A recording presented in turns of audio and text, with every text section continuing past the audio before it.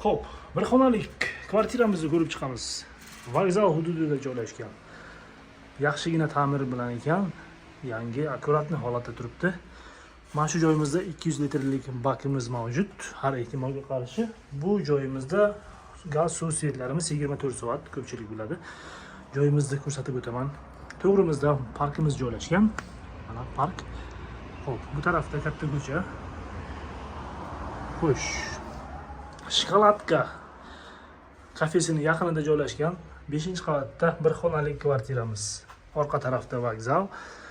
Xo'p, bu tarafimizda park joylashgan. 43-maktab shu yaqinda bor. Har doimgidek kirish eshigidan boshlaymiz. Kirish qismi. Bir qo'shkamizda oddiygina veshilkalarimiz bor ekan. Ta'mir hamda ichki holatlari juda yaxshi holatda turibdi. Hamma narsa qoladi dedilar. Mana yevro montaj qilingan. Sanuzilimizni ko'ramiz. Sanuzilimiz birlashgan ekan. Xo'p, mana shunaqa holatda. Yaxshi holatda narsalarni olsa agar yanada chiroyli ko'rinadi. Va oshxonamiz. Oshxonamizda ham hamma narsamiz qolar ekan. Xo'p.